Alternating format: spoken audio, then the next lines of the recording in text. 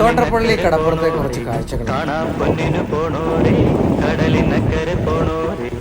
ഒരു ചേട്ടൻ വല വീശാൻ പോവാണ്. എന്തെങ്കിലും കിട്ടുമോ എന്ന് നമുക്ക് നോക്കാം.